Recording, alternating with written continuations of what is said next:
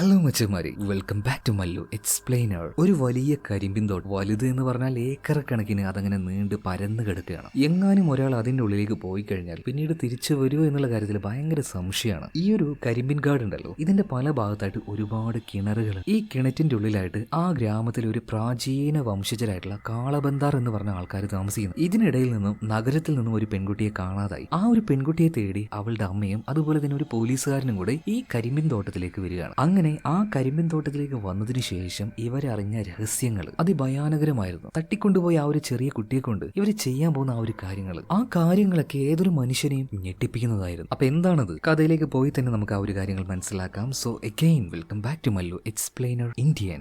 ചോരി 2 എന്ന ഈ ഒരു സിനിമ കണ്ട് മനസ്സിലാക്കുന്നതിന് മുന്നേ ആയിട്ട് നിങ്ങൾ ഇതിന്റെ ആദ്യ ഭാഗത്തെക്കുറിച്ച് ചെറുതായിട്ടൊന്ന് മനസ്സിലാക്കണം. വളരെ ചുരുങ്ങിയ സമയത്തിൽ ഞാനത് പറഞ്ഞുതരാം. ആ സിനിമ കാണേണ്ട ആവശ്യമൊന്നുമില്ല. ഗ്രാമത്തിൽ നിന്നെല്ലാം മാറിയിട്ട് പട്ടണത്തിൽ താമസിക്കുന്ന സാക്ഷിയും അതുപോലെ തന്നെ അവളുടെ ഹസ്ബൻഡും രാജ്ബീർ. ഒരു സമയത്ത് രാജ്ബീറിന് നഗരത്തിൽ നിൽക്കാൻ പറ്റാത്ത അവസ്ഥയെ അത്രയും കടം വരികയാണ്. ഇവരുടെ ആ ഒരു ശല്യം കാരണം രാജ്ബീർ തൽക്കാലത്തേക്ക് അവളെ അവന്റെ ഗ്രാമത്തിലേക്ക് ആക്കി കൊടുക്കുകയാണ്. ആ ഗ്രാമം എന്ന് പറഞ്ഞാൽ ഏക്കർ കണക്കിന് കരിമ്പിൻ തോട്ടാണ്. അതിന്റെ ഉള്ളിലേക്ക് അങ്ങ് കയറി കഴിഞ്ഞാലുണ്ടല്ലോ, എങ്ങോട്ടേക്കാ പോവുക, എവിടെ എത്തുകയെന്നൊന്നും പറയാൻ പറ്റില്ല. അത്രയും വലിയ തോട്ടാണ്. എന്തായാലും ആ ഒരു ഗ്രാമത്തിൽ സാക്ഷിയാക്കിയ സമയത്ത് അവളെ നോക്കാനായിട്ട് ഒരു ഡ്രൈവറെയും ആ ഡ്രൈവറുടെ ഭാര്യയും രാജ്ബീർ ഏൽപ്പിച്ചിട്ടുണ്ടായിരുന്നു. എന്നാൽ അവിടെ നിൽക്കുന്ന ഓരോ സമയത്തും സാക്ഷിക്ക് എന്തൊക്കെയോ ഒരു തോന്നലുകൾ. പോരാത്തതിന് ഈ സാക്ഷി ഗർഭിണി കൂടിയാണ്. ഇടയ്ക്കിടയ്ക്ക് അവളുടെ അടുത്തേക്ക് ഒരു 3 കുട്ടികൾ വരുന്നുണ്ട്. കുട്ടികൾ എന്ന് പറഞ്ഞാൽ കുട്ടികളുടെ ആത്മാക്കളാണ് കേട്ടോ. അതുപോലെ തന്നെ ഒരു സ്ത്രീയും. അങ്ങനെ പോകെയാണ് സാക്ഷിക്ക് ആ ഒരു കാര്യം മനസ്സിലായത്. തന്റെ ഭർത്താവായിട്ടുള്ള രാജ്ബീറിന്റെ അമ്മയും അച്ഛനും തന്നെയാണ് അവളെ നോക്കാൻ ഏൽപ്പിച്ച ആ ഒരു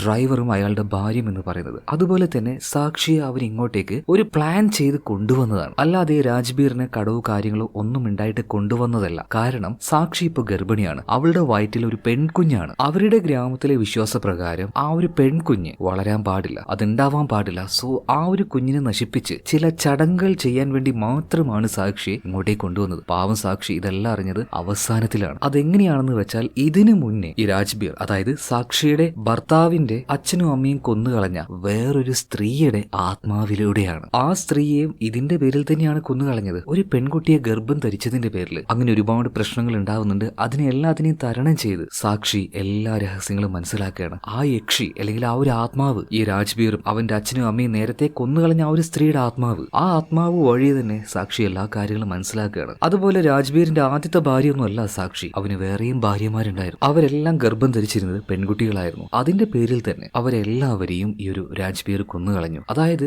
അവൻ വഴി ഗർഭം ധരിക്കുന്ന ഒരു പെൺകുട്ടി ആൺകുഞ്ഞിനെ പ്രസവിക്കണം. അതായിരുന്നു അവരുടെ ആ ഒരു തീരുമാനം. എന്തൊക്കെയോ ചില ചടങ്ങുകളും കുറെ അന്ധമായ വിശ്വാസങ്ങളും ഇതിന്റെ പിന്നിലുണ്ടായിരുന്നു. എന്ന ഭർത്താവിന്റെയും അവന്റെ ആ ഒരു അച്ഛന്റെയും അമ്മയുടെയും അതുപോലെ തന്നെ ആ ഒരു നാട്ടുകാരുടെയും ചതി മനസ്സിലാക്കി സാക്ഷി അവിടുന്ന് രക്ഷപ്പെടുകയാണ്. രക്ഷപ്പെടുന്നതിന് മുന്നേ ഇവർക്ക് ടെട്ടിന്റെ പണിയും കൊടുക്കുന്നുണ്ട്. മാത്രമല്ല അവരുടെ കൂടെ സഹായത്തിനായിട്ട് ഒരു സ്ത്രീ ഉണ്ടായിരുന്നു. തീരെ വയ്യാത്തൊരു സ്ത്രീ, ചെറിയൊരു പെൺകുട്ടിയാണ്. കഥയുടെ അവസാനമാണ് മനസ്സിലാവുന്നത് രാജ്ബീറിന്റെ 3ാമത്തെ ഭാര്യയായിരുന്നു ആ ഒരു സ്ത്രീ. അവളുടെ വയറ്റിൽ നിന്നും വയറ് കീറി ആ ഒരു പെൺകുഞ്ഞിനെ പുറത്തേക്കെടുത്തു. എന്നാൽ അവൾ മരിച്ചില്ല, അവൾ സർവൈവ് ചെയ്തായിരുന്നു. അവസാനം നമ്മുടെ സാക്ഷി അവിടുന്ന് വരുന്ന സമയത്ത് അവന്റെ ആ ഒരു 3ാമത്തെ ഭാര്യ അവനെ കൊല്ലുന്നത് കാണിച്ച് ആ ഒരു കരിമ്പിൻ തോട്ടത്തിൽ നിന്ന് പുറത്തേക്ക് വരുന്ന സാക്ഷിയെ കാണിച്ചുകൊണ്ടാണ് 1ാമത്തെ ഭാഗം തീർന്നത്. ഇനി നമ്മൾ ഈ കഥയുടെ 2ാമത്തെ ഭാഗത്തിലേക്ക് പോവാണ്. അർദ്ധരാത്രിയിൽ സാക്ഷി അന്ന് വന്ന് പെട്ടിരുന്ന ആ ഒരു വലിയ കരിമ്പിൻ തോട്ടം ഉണ്ടല്ലോ, അത് കാണിക്കുകയാണ്. ഞാൻ പറഞ്ഞല്ലോ, ആ തോട്ടം എന്ന് വെച്ചാൽ വലുതാണ്. അർദ്ധരാത്രിയിൽ തന്റെ അമ്മയെ കാണാതെ ഒരു പെൺകുട്ടി അതിലൂടെ നടക്കുന്നുണ്ട്. ഇപ്പൊ അവളുടെ മുന്നിലേക്ക് മറ്റൊരു പെൺകുട്ടി വരികയാണ്. നിനക്ക് നിന്റെ അമ്മയെ കാണണോ? നിന്റെ അമ്മ നിന്നെ അവിടെ കാത്തിരിക്കുന്നുണ്ട്, വാന്ന് പറഞ്ഞിട്ട്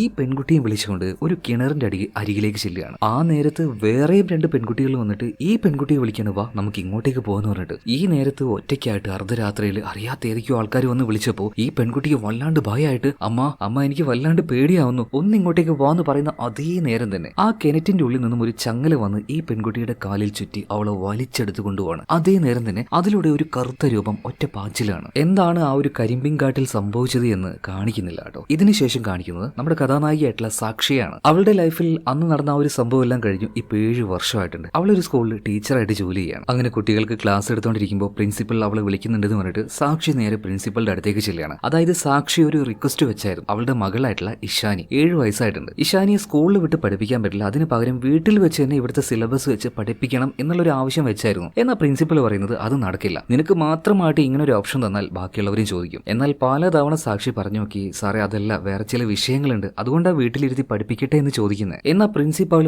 അമ്പിനും വില്ലിനും അടുക്കുന്നില്ല കേട്ടോ. പ്രിൻസിപ്പൾ പറയുന്നൊരു കാര്യം, സാക്ഷി നിനക്ക് ഇവിടെ ജോലി തന്നത് തന്നെ ഇൻസ്പെക്ടർ സമർ റെക്കമെൻഡ് ചെയ്തതുകൊണ്ട് മാത്രമാണ്. ഇതിന്റെ പുറമെ വേറെയും കാര്യങ്ങൾ വേണം വേണം എന്നിങ്ങനെ വാശി പിടിക്കുകയാണെങ്കിൽ എനിക്കത് ചെയ്യാൻ ബുദ്ധിമുട്ടുണ്ട്. എന്തായാലും ഇവിടെ സീൻ കട്ടായി അടുത്ത സീനിൽ സാക്ഷിയുടെ മകളായിട്ടുള്ള ഇഷാനിയെ കാണിക്കാം. ഇഷാനിയെ നോക്കാനായിട്ട് റാണി എന്നൊരു സ്ത്രീയെ ഏൽപ്പിച്ചിട്ടുണ്ട് കേട്ടോ. രണ്ടുപേരും ഒരു റൂമിൽ അങ്ങനെ ഇരിക്കുകയാണ്. ആ നേരം അടുക്കളയിൽ നിന്നും എന്തോ ഒരു ശബ്ദം കേട്ടപ്പോൾ റാണി, ഞാൻ ഇപ്പൊ വരാം മോളെ, നീ ഇവിടെ തന്നെ ഇരിക്കുന്നു പറഞ്ഞിട്ട് റാണി നേരെ അടുക്കളയിലേക്ക് പോവാണ്. ഇഷാനി ഇപ്പൊ ആ ഒരു റൂമിൽ ഒറ്റയ്ക്കാണ്. അവള് ചുമ്മാ ഇപ്പൊ എഴുന്നേറ്റ് നടക്കുകയാണ്. ആ നേരത്ത് മുകളിലെ ഒരു ഓട്ടയിലൂടെ സൂര്യപ്രകാശം ഒരു ഇച്ചിരി താഴേക്ക് വരുന്നുണ്ട്. അപ്പൊ അതിലൊരു ഭംഗി തോന്നിയ ഇഷാനി ആ സൂര്യ വെളിച്ചത്തിൽ അവളുടെ കൈ വെക്കുകയാണ്. ആ വെളിച്ചം അവളുടെ സ്കിന്നിൽ തട്ടിയ പാട് തന്നെ സ്കിന്ന് ചുവന്നു, അവിടെ കുമിള പോലെ പൊന്തി വരികയാണ്. ഇപ്പൊ മനസ്സിലായില്ലേ എന്താണ് ഇഷാനിയുടെ പ്രശ്നമെന്ന്? സൂര്യപ്രകാശം അവളുടെ ദേഹത്ത് തട്ടിക്കാൻ പാടില്ല. എന്തായാലും റാണി അമ്മ വേഗം തന്നെ അങ്ങോട്ടേക്ക് ഓടി വരുന്നുണ്ട്. ഇഷാനിയോട് പറയണം, മോളെ ഞാൻ പറഞ്ഞതല്ലേ അവിടെ തന്നെ ഇരിക്കാമോ, ഇനിയിപ്പൊ അമ്മ വന്ന എന്നെ ചീത്ത പറയില്ലേ. എന്തായാലും രാത്രിയായപ്പോ സാക്ഷി വന്നു കേട്ടോ. സാക്ഷി വന്നപ്പോ തന്നെ ഇഷാനി പോയിട്ട്, അമ്മേ എന്തായി, എനിക്ക് ഇനി എന്ന് മുതലാ സ്കൂളിൽ പോകാൻ പറ്റുക എന്ന് വളരെ ഇഷ്ടത്തോട് കൂടിയിട്ട് നമ്മുടെ ഇഷാനി ചോദിക്കുന്നുണ്ട് കേട്ടോ. കാരണം അവൾക്ക് അത്ര ഇഷ്ടമാണ് സ്കൂളിൽ പോകാൻ. എന്തായാലും പിറ്റേ ദിവസം രാവിലെ ആയപ്പോൾ തന്നെ ഒരു പ്രത്യേക രീതിയിൽ അവൾക്കുള്ള ഡ്രസ്സും കാര്യങ്ങളൊക്കെ കൊടുത്തു. അതായത് സൂര്യപ്രകാശം ദേഹത്ത് തട്ടിയാലുള്ള പ്രശ്നമുള്ളൂ, അങ്ങനെ തട്ടാതിരിക്കാനുള്ള വസ്ത്രങ്ങൾ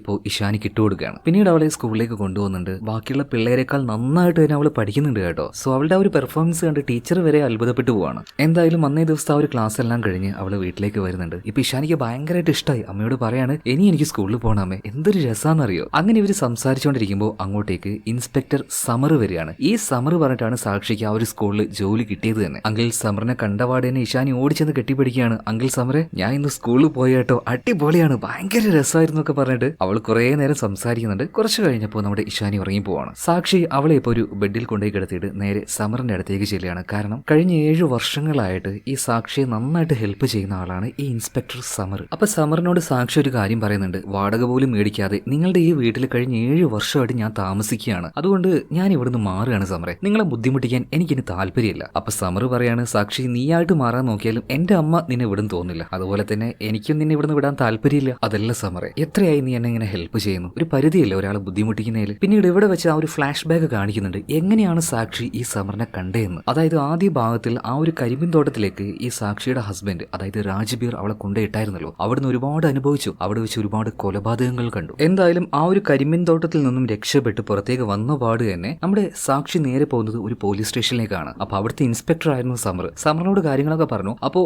2 വണ്ടി പോലീസുകാർ നേരെ ആ ഒരു കരിമ്പിൻ തോട്ടത്തിലേക്ക് വരികയാണ്. സാക്ഷി പറഞ്ഞതുപോലെ അതിനുള്ളിൽ ആ ഒരു വീട്ടിലേക്ക് പോയി നോക്കുമ്പോൾ അവിടെ ഒന്നും കാണാനില്ല. ഈ പറഞ്ഞതുപോലെ സ്ത്രീകളുടെ ശവശരീരങ്ങളോ അല്ലെങ്കിൽ അവളുടെ ഹസ്ബൻഡിന്റെ ആ ഒരു മൃതദേഹവും ഒന്നും കാണുന്നില്ല. അപ്പോ ഈ ഒരു സമർ ചോദിക്കുന്നുണ്ട്, സാക്ഷി നിങ്ങൾ പറഞ്ഞതുപോലെ ഇവിടെ ഒന്നും കാണുന്നില്ലല്ലോ. ഇപ്പൊ സാക്ഷി പറയാണ്, അറിയില്ല സാറേ, ഞാൻ പറഞ്ഞല്ലോ ഇതൊരു സൈക്കോ ഫാമിലിയാണ്, ഞാൻ പറഞ്ഞതൊക്കെ സത്യമാണ്. അങ്ങനെ അവിടെ നിൽക്കുന്ന സമയത്ത് പെട്ടെന്ന് സാക്ഷിക്ക് പ്രസവവേദന വരികയാണ് കേട്ടോ. വേഗം തന്നെ അവളെ ആശുപത്രിയിലാക്കുന്നുണ്ട്. അധികം വൈകാതെ അവൾ ഒരു കുഞ്ഞിനെ പ്രസവിക്കുകയാണ്, ഇഷാനിയെ. പക്ഷെ പിന്നീടാണ് ഒരു കാര്യം മനസ്സിലായത്, ഇഷാനിയുടെ ദേഹത്ത് സൂര്യപ്രകാശം തട്ടിയാൽ അത് ചുവന്ന് അവിടെ കുമിളകൾ വരുന്നു. എന്തൊക്കെയോ ചില പ്രശ്നങ്ങൾ ഈ ഒരു കുഞ്ഞിനുണ്ടായിരുന്നു. ഇതെല്ലാം കൂടിയായിട്ട് സാക്ഷി വല്ലാതെ ബുദ്ധിമുട്ടുന്നത് കണ്ടപ്പോൾ ഈ ഒരു സമർ തന്നെയാണ് അവന്റെ വാടക വീട്ടിലേക്ക്, അതായത് അവരുടെ സ്വന്തം വീടാണ്, വാടക കൊടുക്കുന്ന വീടാണ്, അങ്ങോട്ടേക്ക് സാക്ഷിയും ഇഷാനിയും കൊണ്ടാക്കിയത്. സോ അതെല്ലാം കഴിഞ്ഞ് ഇപ്പൊ 7 വർഷമായിട്ടുണ്ട്. ഇപ്പൊ ആ രാത്രിയിൽ സംസാരിച്ചുകൊണ്ടിരിക്കുന്ന സാക്ഷിയും നമ്മുടെ സമറിനെയും കാണിക്കുകയാണ്. സമർ ഇപ്പോൾ ഒരു കാർഡ് എടുത്ത് സാക്ഷിക്ക് കൊടുക്കുകയാണ്. ഇത് നല്ലൊരു സ്കിൻ ഡോക്ടറുടെ വിസിറ്റിംഗ് കാർഡാണ്, പറ്റെങ്കിൽ നീ ഒന്ന് പോയി നോക്ക്. അപ്പൊ സാക്ഷി പറയണം, അയ്യോടാ ഇത് ഒരുപാട് ദൂരെയാണല്ലോ, എനിക്ക് ഒറ്റയ്ക്ക് പോകാൻ പേടിയാണ്. അപ്പൊ സമർ പറയാണ്, നീ എന്തിനാ ഈ പേടിക്കുന്നത്, നിന്റെ ഹസ്ബൻഡ് രാജ്ബീറിനെയാണോ, അവൻ മിക്കവാറും മരിച്ചു പോയിട്ടുണ്ടാവും. അവനെ പേടിച്ചുകൊണ്ട് സാക്ഷി നീ എത്ര കാലം ഇങ്ങനെ ജീവിക്കും?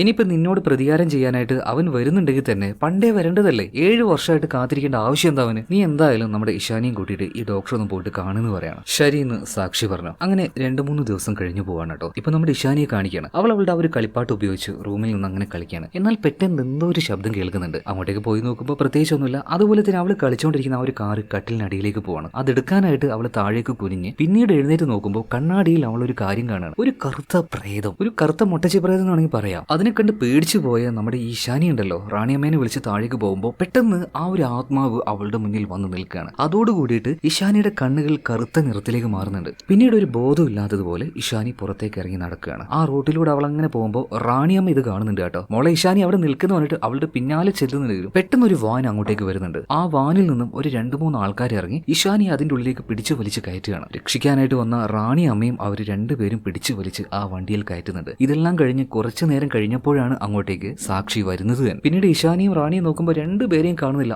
ആകെ ടെൻഷനായിട്ട് അപ്പൊ തന്നെ സമറിനെ വിളിക്കുകയാണ്. സമറിനോട് കരഞ്ഞുകൊണ്ട് പറയണം എങ്ങനെയെങ്കിലും എന്റെ മോളെ കണ്ടുപിടിക്കുക. സമർ വേഗം തന്നെ പോലീസുകാർക്ക് ഓർഡർ കൊടുക്കുന്നുണ്ട്, എത്രയും പെട്ടെന്ന് തന്നെ കുട്ടിയെ കണ്ടുപിടിക്കണം. ഈ നേരത്ത് സാക്ഷി സമറിനോട് പറയുന്നത്, സമറെ നിനക്ക് അറിയാലോ എന്റെ മോളുടെ കാര്യം, നേരം വെളുത്ത് ആ സൂര്യപ്രകാശെങ്ങാനും അവളുടെ മേത്ത് തട്ടിയിട്ടുണ്ടെങ്കിൽ എനിക്ക് പേടിയാവുന്നുണ്ട്. ഇതേ നേരം തന്നെ സമർ അവളെ സമാധാനിപ്പിക്കുകയാണ്. നീ എന്തായാലും ഇവിടെ ഇരിക്കുക, ഞങ്ങളൊന്നും പോയി നോക്കട്ടെ എന്ന് പറയണം. എന്തായാലും ഇഷാനിയെ കാണാതായ ഒരു കാര്യം നമ്മുടെ സാക്ഷിക്ക് അങ്ങോട്ട് സഹിക്കാനോ അക്സെപ്റ്റ് ചെയ്യാനോ പറ്റുന്നില്ല. കുറെ നേരം അങ്ങനെ കരഞ്ഞ് അവൾ ഉറങ്ങിപ്പോവാണ്. പെട്ടെന്ന് സാക്ഷിയുടെ അടുത്തേക്ക് ഇഷാനി വന്നിട്ട് അമ്മ എഴുന്നേൽക്ക്, ഇതെന്തിനാ ഇങ്ങനെ കരയുന്നതെന്ന് ചോദിക്കുകയാണ്. സാക്ഷി വേഗം ചാടി എഴുന്നേറ്റു. പക്ഷെ അത് സാക്ഷിയുടെ വെറും ഒരു തോന്നല് മാത്രമായിരുന്നു കേട്ടോ. അതേ നേരം തന്നെ ഇപ്പൊ സാക്ഷിയെ സമർ വിളിക്കുന്നുണ്ട്. സമർ ഒരു കാര്യം പറയുന്നുണ്ട്, സാക്ഷി നമ്മൾ വിചാരിച്ചതുപോലെ തന്നെ നിന്റെ കുട്ടിയെ തട്ടിക്കൊണ്ടുപോയത് മറ്റാരുമല്ല, നിന്റെ ഭർത്താവിന്റെ ആ ഒരു നാട്ടുകാരുണ്ടല്ലോ കാളബന്ധാർ, ആ വംശത്തിൽപ്പെട്ട ആൾക്കാരാണ് നിന്റെ മകളെ തട്ടിക്കൊണ്ടുപോയത്. അതിന്റെ ആ ഒരു CCTV വിഷ്വൽ ഇവർക്ക് കിട്ടിയിട്ടുണ്ട്. പിന്നീട് ഒട്ടും താമസിച്ചില്ല, ഇവരപ്പം തന്നെ ആ ഒരു പഴയ ഗ്രാമത്തിലേക്ക് ചെല്ലുകയാണ് കേട്ടോ. അവിടെയുള്ള ആ ഒരു പഴയതരം ഗ്രാമവാസികളുണ്ട്, അവരെ തൽക്കാലം നമുക്ക് കാളബന്ധാർ എന്ന് വിളിക്കാം. അപ്പൊ ഈ കാളബന്ധാർ വംശത്തിൽപ്പെട്ട ആൾക്കാർ അവരിവിടെ എവിടേക്കോ ഒളിച്ചിരിക്കുന്നുണ്ട്. പക്ഷേ നോക്കുമ്പോൾ, അതായത് ഒറ്റയടിക്ക് നോക്കുമ്പോൾ ആരെയും കാണാനുമില്ല. എന്തായാലും ഇവർ ആ ഒരു വലിയ കരിമ്പിൻ തോട്ടത്തിലേക്ക് വരികയാണ്. ഇവിടെയാണ് ശരിക്കും ആ ഒരു ഗ്രാമവാസികൾ താമസിക്കുന്നത് തന്നെ. ചുറ്റും നോക്കിയിട്ട് ആരെയും കാണാനില്ല. എന്നാൽ പെട്ടെന്ന് സാക്ഷിയുടെ അരികിലേക്ക് ഒരു കുട്ടി വന്ന് എന്തോന്ന് അവളുടെ അരികിലേക്ക് എറിഞ്ഞ് ആ ഒരു കുട്ടി അവിടെ നിന്ന് പോവാണ്. നോക്കുമ്പോൾ ഈ ശൂന്യെല്ലാം ചെയ്യാൻ വേണ്ടി ഒരു പ്രത്യേക രീതിയിൽ പാവ ഉണ്ടാക്കില്ലേ, അതുപോലെ എന്തോ ഒന്ന് അതിൽ ചുറ്റിയിരിക്കുന്നത് അവളുടെ മകളായിട്ടുള്ള ഇഷാനിയുടെ തുണിയാണ്. ഇത് കണ്ട് പേടിച്ചു പോയ സാക്ഷി വേഗം തന്നെ സമറിനോട് ഈ ഒരു കാര്യം പറയുന്നുണ്ട്. സമർ വേഗം ബാക്കിയുള്ള പോലീസുകാരോട് ഈ ഒരു കരിമ്പിൻ കാട് മുഴുവനായിട്ടും ചുറ്റി വളയാൻ വേണ്ടി പറയുന്നുണ്ട്. എന്നാൽ വീണ്ടും സാക്ഷിയുടെ മുന്നിലേക്ക് ഇതുപോലെയുള്ള പാവകൾ ആരും എറിയുന്നുണ്ട്. സോ അതിന്റെ പിന്നാലെ തന്നെ ഇവരെല്ലാവരും ചെന്നപ്പോൾ പാതി മുറിഞ്ഞു പോയ ഒരു കരിഞ്ഞുണങ്ങിയ മരത്തിന്റെ അരികിലേക്ക് ഇവരെത്തുകയാണ്. അതിന് ചുറ്റുഭാഗത്തായിട്ട് കുറച്ച് സ്ഥലത്ത് ഈ കരിമ്പൊന്നുമില്ല. ഇപ്പൊ ഈ പോലീസുകാരും നമ്മുടെ സമറും അതുപോലെ തന്നെ സാക്ഷിയും ആ ഒരു ഏരിയയിലാണ്. എന്നാൽ പെട്ടെന്ന് ഈ കരിമ്പിൻ തോട്ടത്തിന്റെ ഉള്ളിൽ നിന്നും കുറച്ച് പിള്ളേര് വന്ന് കല്ല് വെച്ച് ഇവരെ എറിയാൻ തുടങ്ങുകയാണ്. വേഗം തന്നെ സാക്ഷി ഒരു ഭാഗത്തേക്ക് സമർ മാറ്റുന്നുണ്ട്. എന്നിട്ട് അവന്റെ കയ്യിലുണ്ടായിരുന്ന ഗണ്ണ് വെച്ച് മുകളിലേക്ക് ഷൂട്ട് ചെയ്യാണ്. അതായത് ഇതെന്തോ ഒരു ട്രാപ്പാണെന്ന് ഇവർക്ക് മനസ്സിലായി. എന്നാൽ പെട്ടെന്ന് ആ കൂട്ടത്തിൽ നിന്നും ഒരാൾ വന്നിട്ട് നമ്മുടെ സാക്ഷിയെ തോട്ടത്തിനുള്ളിലേക്ക് വലിച്ചെടുത്തു കൊണ്ടുപോകണം. ആ ആള് അത് മറ്റാരുമല്ല, അവളുടെ ഹസ്ബൻഡ് ആയിട്ടുള്ള രാജ്ബീർ തന്നെയാണ്. അവൾ വിചാരിച്ചതുപോലെ തന്നെ അവളുടെ ഹസ്ബൻഡ് രാജ്ബീർ മരണപ്പെട്ടിട്ടില്ല. എന്തായാലും അവിടുത്തെ ആ ഒരു ബഹളവും കാര്യങ്ങളൊക്കെ കഴിഞ്ഞ് സമർ നോക്കുമ്പോൾ അവരുടെ അടുത്തുണ്ടായ സാക്ഷിയെ കാണാനില്ല. ഫുള്ളായിട്ട് നോക്കി, എവിടെയും കാണാനില്ല. എന്നാൽ ഇതേ നേരം തന്നെ മുകളിൽ നിന്നും ആ ഒരു മരം ഉണ്ടല്ലോ അത് കാണിക്കുന്നുണ്ട്. ആ മരത്തിന്റെ ഉള്ളിലൂടെ ഒരു ഓട്ടയുണ്ട്. ആ ഓട്ടയിലൂടെ അതിന്റെ താഴ്ഭാഗത്തേക്ക് നമ്മളെ കൊണ്ടുപോവാണ്. അതായത് ശരിക്കും കാളബന്ധാർ വംശം, ആ വംശത്തിലെ ആൾക്കാർ താമസിക്കുന്നത് ഈ തോട്ടത്തിന് മുകളിലില്ല, ഈ തോട്ടത്തിന്റെ അടിഭാഗത്താണ്. ഒരുപാട് ഗുഹകൾ ഉണ്ടാക്കി ആ ഗുഹകൾക്കുള്ളിലാണ് അവര് താമസിക്കുന്നത്. ഇപ്പൊ ബോധമില്ലാതെ കിടക്കുന്ന നമ്മുടെ സാക്ഷിയെ കാലിൽ കയറ് കെട്ടി വലിച്ചു കൊണ്ടുവന്ന രാജ്ബീറിനെയും അവനെ പോലെ തന്നെ വേറെ കുറച്ച് ആൾക്കാരെയും കാണിക്കുകയാണ്. എന്നിട്ട് ഇവർ നേരെ സാക്ഷിയെ ഒരു ഭാഗത്തേക്ക് കൊണ്ടുവരുന്നുണ്ട്. അവിടെ കുറെ അധികം ആൾക്കാരുണ്ട് കേട്ടോ. അവരുടെ ലീഡർ ആയിട്ടുള്ള അപ്പാജി അവിടെ ഉണ്ട്. ഇപ്പൊ അപ്പാജി ആ ഒരു വംശത്തിലെ ആൾക്കാരോട് പറയാണ്, നമ്മളെല്ലാം കഴിഞ്ഞ് 7 വർഷമായിട്ട് കാത്തിരുന്ന ഈ പെണ്ണിനെ നമ്മൾ ഇങ്ങോട്ടേക്ക് കൊണ്ടുവന്നിരിക്കുകയാണ്. ഇവള് ചെയ്ത ആ ഒരു കാര്യം കൊണ്ട് മാത്രം നമ്മുടെ വംശത്തിന് എന്തോരം ആപത്തുകളാണ് ഉണ്ടായത്, എന്തോരം ശാപങ്ങളാവുന്നത്, ഇതെല്ലാം നമ്മൾ മാറ്റാൻ വേണ്ടി പോവാണ്. ഇതേ നേരം തന്നെ രാജ്ബീർ പറയാണ്, അപ്പാജി ഞാൻ വഴി ഒരു തെറ്റ് ഇവിടെ സംഭവിച്ചു, നിങ്ങൾ എന്നെ അപ്പൊ പുറത്താക്കിയതാണ്. ഇപ്പൊ എന്റെ ഭാര്യയും അതുപോലെ തന്നെ മകളെയും ഇങ്ങോട്ടേക്ക് കൊണ്ടുവന്നില്ലേ, ഇനിയെങ്കിലും എന്നെ നിങ്ങളുടെ കൂട്ടത്തിലേക്ക് തിരിച്ചെടുത്തോതെ ചോദിക്കുകയാണ്. ഈ സമയത്ത് അപ്പാജി പറയാണ്, ആ തീരുമാനം എടുക്കേണ്ടത് ഞാനല്ല, ദാസിയമ്മയാണ്. ഇപ്പൊ ദാസിമ എന്ന് വേണ്ടി ഒരാളെ വിളിക്കുന്നുണ്ട്. കറുത്ത ഷാളെല്ലാം ധരിച്ച ഒരു സ്ത്രീ ഇപ്പൊ അങ്ങോട്ടേക്ക് വരികയാണ്. ഇതാണ് അവരുടെ ദാസിമ. അതുപോലെ തന്നെ ദാസിമക്കും ഇവിടെ തീരുമാനം എടുക്കാനുള്ള ആ ഒരു അർഹതയില്ല. ഇതിനപ്പുറമായിട്ട് ഇവരെല്ലാവരും ആരാധിക്കുന്ന ഈ വംശത്തിന്റെ ഒരു കുലദൈവമുണ്ട്. ആ ദൈവമൊന്നുമല്ല, ഒരു ചാത്തനാണ്. ആ ചാത്തനോട് ദാസിമ എന്തൊക്കെയോ ചില കാര്യങ്ങൾ ചോദിക്കുകയാണ്. എന്നിട്ട് ദാസിമ പറയാണ്, ശരി രാജ്ബീർ തിരിച്ച് നമ്മുടെ ഈ ഒരു വംശത്തിലേക്ക് വരട്ടെ. അതുപോലെ ഇനി വരാനിരിക്കുന്ന 3 ദിവസം ആരും പുറത്തേക്ക് ഇറങ്ങാൻ പാടില്ല. 3ാമത്തെ ദിവസം നമ്മൾ ഈ സാക്ഷിയെ ബലി കൊടുക്കും. അതുപോലെ ഇവളുടെ മകളായിട്ടുള്ള ഇഷാനി അവളുടെ ജീവിതം നമുക്ക് വേണ്ടി ത്യാഗവും ചെയ്യും. എന്താണ് ഈ ത്യാഗം, അത് മുന്നോട്ടേക്ക് പോകുമ്പോൾ മനസ്സിലാകും. എന്തായാലും പെട്ടെന്ന് തന്നെ സാക്ഷി ചാടി എഴുന്നേൽക്കാണ്. വൃത്തിയായിട്ട ജന്മങ്ങളെ, എവിടാ എന്റെ കുട്ടി എന്ന് പറഞ്ഞിട്ട് അവരോട് എല്ലാവരോടും ചോദിക്കുകയാണ്. അതുപോലെ തന്നെ രാജ്ബീറിനോടും എവിടാ എന്റെ മകളെന്ന് ചോദിക്കുമ്പോൾ രാജ്ബീർ പറയണ, നിന്റെ മകളോ, അതെല്ലാം പണ്ട്, നിനക്കിനി മകളൊന്നുമില്ല. എന്റെ കുടുംബത്തോട് നീ ചെയ്ത കാര്യമൊന്നും ഞാൻ മറന്നിട്ടില്ല, അതിനെല്ലാം കണക്ക് തീർത്ത് സാക്ഷിയെ നിനക്ക് ഞാൻ തരുന്നുണ്ട്. എന്നാൽ ഇതുകൊണ്ടൊന്നും സാക്ഷി അടങ്ങുന്നില്ല കേട്ടോ. ഭയങ്കര വയലന്റ് ആവുകയാണ്. അതേ നേരത്തെ തന്നെ ഈ റാണിമ കയ്യിൽ എന്തോ ഒരു പൊടിയുമായിട്ട് അവളുടെ മുഖത്തേക്ക് ഊതുന്നുണ്ട്. അപ്പൊ തന്നെ അവളുടെ ആ ഒരു ബോധം പോയി. കുറച്ച് പിള്ളേരിപ്പോ സാക്ഷിയും വലിച്ചുകൊണ്ട് ഒരു റൂമിലേക്ക് പോയിട്ട് ആ റൂമിൽ അവൾ അടച്ചിടുകയാണ്. ഇരുട്ട് മൂടിയ ഒരു കുഞ്ഞു റൂമായിരുന്നു അത്. നിങ്ങളൊരു കാര്യം ആദ്യം ആലോചിക്കണം, ഈ റൂമുകളും ഗുഹകളും ഇതെല്ലാം ഉള്ളത് ആ വലിയ ഏക്കർ കണക്കിന് വരുന്ന കരിമ്പന്തോട്ടുണ്ടല്ലോ, ഇതിന്റെ അടിഭാഗത്താണ്, ഭൂമിക്കടിയിലാണ്. എന്തായാലും അതുപോലെ തന്നെ മറ്റൊരു റൂമിൽ ഇഷാനിയും പൂട്ടിയിട്ടുണ്ട്. അത് നമ്മളിപ്പോ കാണിക്കുകയാണ്. ഇപ്പൊ ഇഷാനിയുടെ അടുത്തേക്ക് ഒരു പയ്യൻ വരുന്നുണ്ട്. അവന്റെ പേര് സലീം എന്നാണ്. സലീം കയ്യിലൊരു കോപ്പയുമായിട്ട് അതിൽ എന്തോ ഒരു ഭക്ഷണവുമായിട്ടാണ് അവളുടെ അടുത്തേക്ക് വരുന്നത്. എന്തോ വെള്ളം പോലെ എന്തോ അതിപ്പോ അവളോട് കുടിക്കാൻ പറയുന്നുണ്ട്. എന്ന ഇഷാനി അതൊന്നും എനിക്ക് വേണ്ട, എനിക്ക് എന്റെ അമ്മയുടെ അടുത്തേക്ക് പോകണമെന്ന് പറയണം. എന്ന് സലീം പറയാണ്, നിന്റെ അമ്മയൊന്നും ജീവനോടെ ഇല്ല, നിന്റെ അമ്മ മരണപ്പെട്ടു പോയി. എന്ന് ഇഷാനി പറയണേ, ഏയ് ഇല്ല, എന്റെ അമ്മ ജീവനോടുണ്ട്. അപ്പൊ സലീം വീണ്ടും പറയാണ്, ഇനി നിന്റെ അമ്മ അമ്മ ദാസിയമ്മയാണ് നിന്റെ എല്ലാ കാര്യങ്ങളും നോക്കുക. അപ്പോൾ ഈ ഒരു ഭക്ഷണം നീ ഇപ്പൊ കഴിച്ചില്ലെങ്കിൽ ദാസിയമ്മക്ക് വല്ലാണ്ട് ദേഷ്യം വരുന്ന പറയണം. അതുകൊണ്ട് തന്നെ ഇഷാനി ഭയം കാരണം പേടിച്ച് ആ ഒരു ഭക്ഷണം കഴിക്കുകയാണ്. ഇതേ നേരം തന്നെ സാക്ഷിയും കാണിക്കുകയാണ്. അവളെ ഒരു റൂമിൽ പൂട്ടിയിട്ടിരിക്കുകയാണല്ലോ. അവിടുത്തെ ആ ഒരു വാതിലിന്റെ വിടവിലൂടെ സാക്ഷി ഒരു കാര്യം കാണുന്നുണ്ട്. അതിന്റെ പുറത്ത് നിൽക്കുന്ന ഇതേ ദാസിയമ്മയെ തലയിൽ ഒരു ഷാളെല്ലാം ഇട്ടുകൊണ്ട്. അപ്പൊ ദാസിയമ്മയോട് സാക്ഷി പറയുന്നുണ്ട്, ദയവ് ചെയ്തിട്ട് എന്റെ മോളെ ഒന്ന് കാണിക്കുക. അവളുടെ ദേഹത്ത് സൂര്യപ്രകാശം തൊടാൻ പാടില്ല, പ്ലീസ് ദയവ് ചെയ്ത് എന്റെ മോളുടെ അടുത്തേക്ക് ഒന്ന് കൊണ്ടുപോകാൻ പറ്റുമോ ചോദിക്കുമ്പോൾ ഇപ്പൊ ഈ ഒരു ദാസിയമ്മ പറയാണ്, നീ ഒന്നുകൊണ്ടും പേടിക്കണ്ട, അവൾ ഞങ്ങൾക്ക് വേണ്ടി ത്യാഗം ചെയ്യാൻ വേണ്ടി പോവാണ്. അതിലൂടെ ഞങ്ങളുടെ ഗ്രാമത്തിന് പഴയതുപോലെ സമ്പൽ സമൃദ്ധി എല്ലാം കിട്ടാൻ പോവുകയാണ്. എന്നാൽ വീണ്ടും സാക്ഷി ഇതേ കാര്യം തന്നെ പറയാണ്, എനിക്ക് എന്റെ മോളെ കാണണം എന്ന് പറഞ്ഞപ്പോൾ പെട്ടെന്ന് ഈ ദാസിയമ്മയുടെ രൂപം അങ്ങോട്ട് മാറി, ഒരു ആത്മാവിനെ പോലെ ആയിട്ട് മാറി. പെട്ടെന്ന് സാക്ഷിയുടെ അടുത്തേക്ക് വന്നിട്ട് പറയാണ്, ഇനി മുതൽ അവൾ നിന്റെ മോളല്ലടി, അവളുടെ അമ്മ ഇനി മുതൽ ഞാനാണ്, ഈ ദാസിയമ്മയാണ്. ഈ ദാസിയമ്മയുടെ യഥാർത്ഥ രൂപം കണ്ടപ്പോൾ സാക്ഷി ആകെ പേടിച്ചു പോയി കേട്ടോ. പിന്നീട് അവളൊന്നും മിണ്ടിയില്ല. ഇതേ നേരം തന്നെ ഈ കരിമീൻകാട്ടിന്റെ മുകളിൽ കാണിക്കുകയാണ്. അതായത് അപ്പാജി, അതുപോലെ തന്നെ അപ്പാജിയുടെ കൂടെ രാജ്ബീറും ഉണ്ട്. അപ്പൊ രാജ്ബീർ അപ്പാജിയോട് പറയുന്ന കാര്യം എന്താ വെച്ചാൽ, അപ്പാജി എനിക്ക് അവൾ എന്റെ കയ്യിൽ വേണം, എന്റെ പ്രതികാരം തീരുന്നത് വരെ എനിക്ക് അവൾ അടിച്ച് കൊല്ലണം അപ്പാജി, കാരണം എന്റെ കുടുംബത്തെ ഇല്ലാതാക്കിയവളാണ് അവൾ. അതായത് ഈ രാജ്ബീറിന്റെ അവസാനത്തെ ഭാര്യയായിരുന്നു ഈ സാക്ഷി എന്ന് അപ്പാജി പറയുന്നത്. എന്തായാലും രാജ്ബീർ ഒരു 3 ദിവസത്തേക്ക് നീ ഒന്ന് അടങ്ങ്, 3 ദിവസം കഴിഞ്ഞാൽ നിന്റെ മകള് അവൾക്ക് എന്തൊക്കെയോ ശക്തി ഉണ്ടെന്നാ പറയുന്നത്. അവൾ എന്തായാലും നമുക്ക് വേണ്ടി ത്യാഗം ചെയ്യും. അതേ ദിവസം തന്നെ നിന്റെ ഭാര്യ നമ്മൾ ആ ഒരു ചാത്തന് വേണ്ടി ബലി കൊടുക്കുകയും കൂടെ ചെയ്യും. നിന്റെ കലിപ്പും ദേഷ്യമൊക്കെ അന്ന് നീ തീർക്കടാ. എന്തായാലും ആ ഒരു ദിവസത്തിന് വേണ്ടി രാജ്ബീർ കാത്തിരിക്കുകയാണ്. കാരണം സാക്ഷിയോട് അവൻ അത്രക്കും പകയുണ്ടേ. ഇതിനുശേഷം വീണ്ടും ഇഷാനിയെ കാണിക്കുകയാണ്. അവളുടെ അരികിലേക്ക് ദാസിയമ്മ വരുന്നുണ്ട്. ദാസിയമ്മ ഇടയ്ക്കിടയ്ക്ക് അവൾക്ക് ഒരു കഷായം കൊടുക്കാറുണ്ട്. ആ കഷായം കുടിക്കാനായിട്ട് ഇഷാനി മടി കാണിച്ചപ്പോൾ ചെറുതായിട്ടൊന്ന് അവളെ പേടിപ്പിക്കുകയാണ്. അപ്പൊ ആ ഒരു പേടിയിൽ ഇഷാനി അത് കുടിക്കുന്നുണ്ട്. ഇതിനുശേഷം ഏതോ ഒരു കല്ലിന്റെ ഇടയിലൂടെ ഒരു കറുത്ത ദ്രാവകം പുറത്തേക്ക് വരുന്നുണ്ട്. അത് ചെറിയൊരു കോപ്പയിൽ പിടിച്ചുകൊണ്ട് ഈ ഒരു ദാസിയമ്മ നേരെ ഒരു വാതിലിന്റെ മുന്നിൽ പോയിട്ടിരിക്കുകയാണ്. അതായത് ഈ കാളബന്ധാർ എന്ന് പറഞ്ഞ ഈ ഒരു വംശം ആരാധിക്കുന്ന അവരുടെ ചാത്തനാണ് ആ ഒരു വാതിലിനപ്പുറം ഉള്ളത്. അപ്പൊ ആ ഒരു വാതിലിന്റെ മുന്നിൽ പോയിട്ട് പ്രാർത്ഥിക്കുകയാണ്. ആ ഒരു പെൺകുട്ടി നമ്മൾ വിചാരിച്ചതുപോലെ നമ്മളുടെ എല്ലാ കാര്യത്തിനും പറ്റിയ ഒരു പെൺകുട്ടിയാണ്. ഞാൻ ആ കഷായം പലതവണ അവൾക്ക് കൊടുത്തു, അവളത് കുടിച്ചു, അവൾക്ക് യാതൊരു കുഴപ്പവും പറ്റിയില്ല. അതുകൊണ്ട് നമ്മുടെ പദ്ധതി അനുസരിച്ച് എല്ലാം നടക്കുമെന്ന് ആ ചാത്തനോട് പറയാണ്. അതേ നേരം വാതിൽ തുറന്ന് ആ ഒരു ചാത്തൻ പുറത്തേക്ക് വരുന്നുണ്ട്. അതിന് കുടിക്കാൻ വേണ്ടി ഇപ്പൊ കിട്ടിയ ആ ഒരു കറുത്ത ദ്രാവകം ഉണ്ടല്ലോ, അത് ഈ ദാസിയമ്മ കൊടുക്കുകയാണ്. ചാത്തന്റെ ശരിക്കുള്ള ആ ഒരു രൂപമൊന്നും ഇപ്പൊ നമ്മളെ കാണിക്കുന്നില്ല. ഇതിനുശേഷം വീണ്ടും സാക്ഷിയെ കാണിക്കുകയാണ്. അവളുടെ ഉള്ളിൽ എത്രയൊക്കെ ഭയം ഉണ്ടെങ്കിലും സാക്ഷി ഒരു അമ്മയല്ലേ, ആ അമ്മ എന്ന അതൊരു സത്യമാണ്. ആ അമ്മയ്ക്ക് ഒരിക്കലും പേടി എന്ന ഒരു വികാരം ഉള്ളിൽ വെച്ച് തന്റെ മകളെ രക്ഷിക്കാതിരിക്കാൻ കഴിയില്ല. അതുകൊണ്ട് തന്നെ സാക്ഷി പരമാവധി ആ ഒരു റൂമിൽ നിന്ന് പുറത്ത് ചാടാൻ ശ്രമിക്കുന്നുണ്ട്. അങ്ങനെ പുറത്തേക്ക് ഇറങ്ങിയപ്പോൾ ഒരു നീണ്ട വഴി കാണുകയാണ്. അതിലൂടെ പോകുമ്പോൾ ഭയങ്കര ഇരുട്ടാണ്. ചില ഭാഗത്ത് മാത്രമേ വെളിച്ചുള്ളൂ. ചില ഭാഗത്തൊക്കെ ഒരുപാട് ചരടുകൾ അങ്ങോട്ടും ഇങ്ങോട്ടും കെട്ടിവെച്ചതായിട്ട് കാണുന്നുണ്ട്. അവിടെ ചില കാൽപ്പാടുകളും കാണുകയാണ്. അതായത് ആരോ ചില ആൾക്കാർ സാക്ഷിയെ മനഃപൂർവ്വം അങ്ങോട്ടേക്ക് കൊണ്ടുപോകുന്നത് പോലെ. എന്ന് ആരാണ് എന്നുള്ളത് കാണുന്നൊന്നുമില്ല.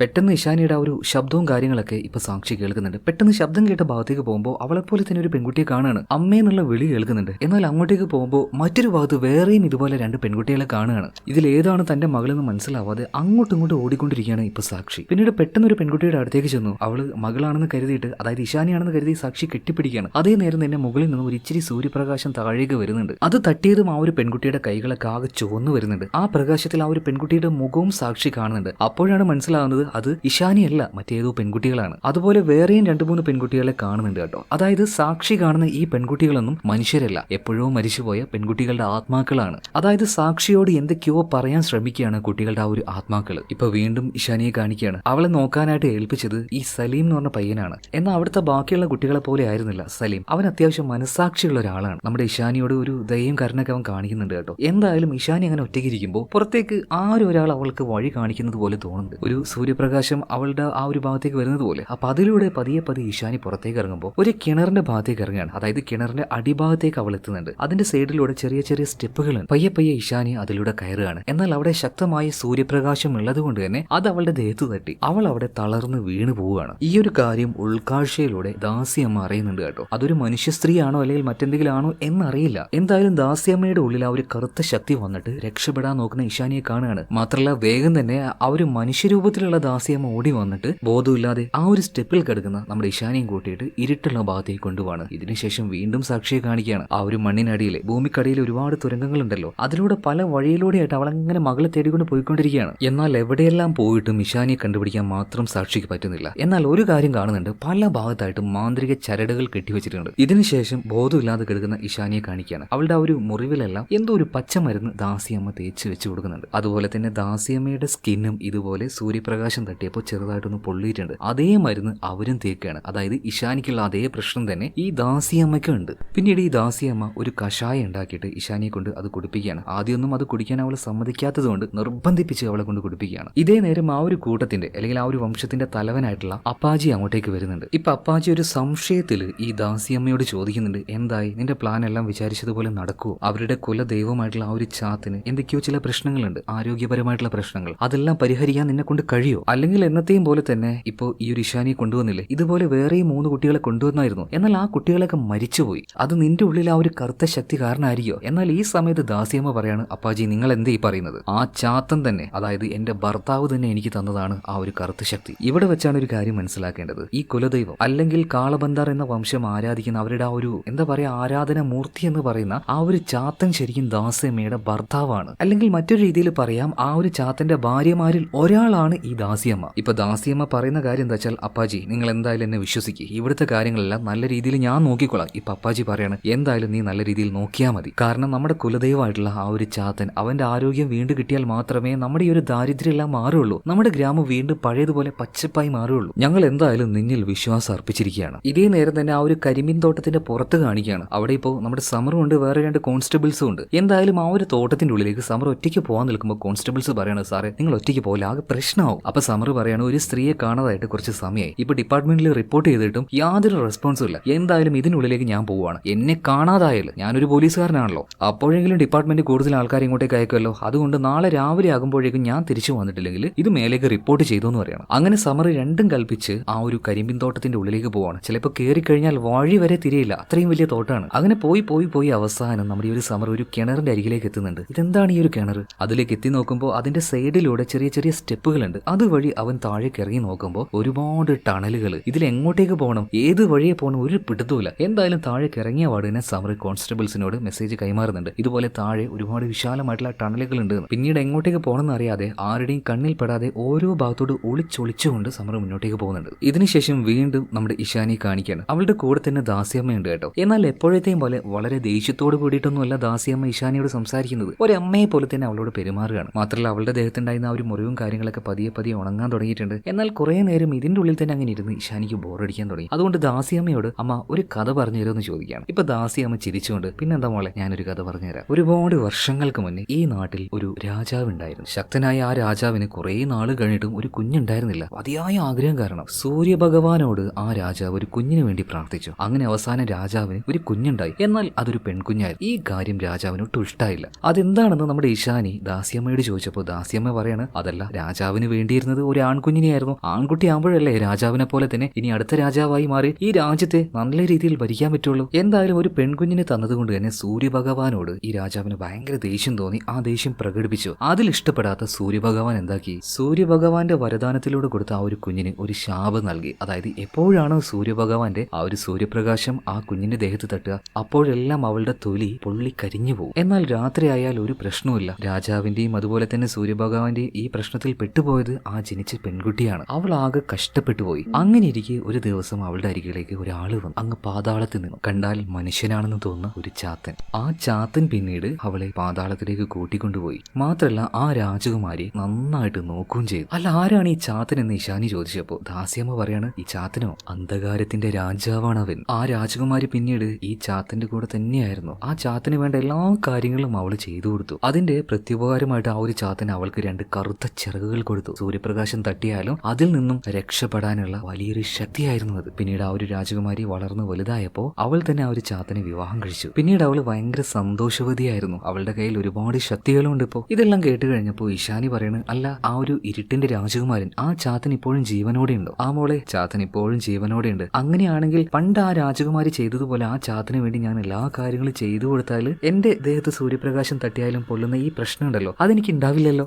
നീ ചാത്തന് വേണ്ടി അങ്ങനെയൊക്കെ ചെയ്തു കൊടുക്കുകയാണെങ്കിൽ നിനക്ക് അതുപോലെ ശക്തികൾ ചാത്തൻ തരും. എന്താ മോളെ, നിനക്കതിന് താല്പര്യം ഉണ്ടോ എന്ന് ചോദിക്കുകയാണ്. ഇതേ നേരം തന്നെ ഇഷാനിക്ക് കുടിക്കാനായിട്ട് ആ ഒരു കഷായം കുടിക്കുന്നുണ്ട്. ഇത്തവണ ഇഷാനി ഒന്നും പറയാതെ ആ ഒരു കഷായം പെട്ടെന്ന് കുടിക്കുകയാണ്. അതായത് നിങ്ങൾക്കൊരു കാര്യം മനസ്സിലായോ? ദാസിയമ്മ പറഞ്ഞ ആ ഒരു കഥയിലെ ആ ഒരു ചാത്തൻ അത് മറ്റാരുമല്ല, ഈ കാളബന്ധാർ വംശജർ ആരാധിക്കുന്ന അവരുടെ ആ ഒരു ചാത്തൻ തന്നെയാണ്. പിന്നെ അവര് പറഞ്ഞ ആ ഒരു കഥയിലെ ആ രാജകുമാരി അത് മറ്റാരുമല്ല, ഈ ദാസിയമ്മ തന്നെയാണ്. ചാത്തനെ നല്ല രീതിയിൽ ദാസിയമ്മ നോക്കിയത് കൊണ്ട് ആ ചാത്തനാണ് ദാസിയമ്മയ്ക്ക് ചില കഴിവുകൾ കൊടുത്തത്. അതായത് ഉള്ളിൽ നിന്നും പ്രേതം വരുന്നത് പോലെയൊക്കെ എന്തൊക്കെയോ ഒരു ബ്ലാക്ക് മാജിക് പവറൊക്കെ കണ്ടിരുന്നില്ലേ, അത് ആ ചാത്തൻ കൊടുത്തതാണ്. ഇതേ നേരം തന്നെ സാക്ഷി റൂമിൽ നിന്ന് പുറത്തേക്ക് ഇറങ്ങിയിട്ട് ഇഷാനിയെ തേടിക്കൊണ്ട് ഇതിലൂടെയൊക്കെയോ നടക്കുന്നുണ്ടല്ലോ. ഇപ്പോ ഇരുട്ടുള്ള ഒരു ഭാഗത്തിലേക്ക് എത്തിയപ്പോൾ ഒരുപാട് സ്ത്രീകൾ അവിടെ നിൽക്കുന്നുണ്ട്. അതിലൊരു സ്ത്രീ വന്നിട്ട് സാക്ഷിയോട് പറയാണ്, അവളുണ്ടല്ലോ ആ ഒരു ദാസിയമ്മ ഒരു വലിയ മന്ത്രവാദിനിയാണ്, അവൾ വിശ്വസിക്കരുത്, ഞങ്ങളുടെ എല്ലാവരുടെയും കുഞ്ഞിനെ അവൾ തട്ടിക്കൊണ്ടുപോയതാണ്. ഇതേ നേരം തന്നെ സാക്ഷി പറയുന്നുണ്ട്, എന്നാൽ നിങ്ങൾ എല്ലാവരും എന്റെ കൂടെ വാ, നമുക്ക് ഒരുമിച്ച് പോയിട്ട് നമ്മുടെ കുഞ്ഞുങ്ങളെ രക്ഷപ്പെടുത്താം. എന്നാൽ അവളുടെ കൂടെ ആരും വരുന്നില്ല. അതുകൊണ്ട് തന്നെ സാക്ഷി ഒറ്റയ്ക്ക് അപ്പുറത്തേക്ക് പോവാണ്. എന്നാൽ വീണ്ടും ആ റൂമിലേക്ക് വന്നു നോക്കുമ്പോൾ ഇത്രയും നേരം സാക്ഷി കണ്ട ആ സ്ത്രീകളെ മുഴുവൻ അവിടെ ഉണ്ടായിരുന്ന തൂണുകളിൽ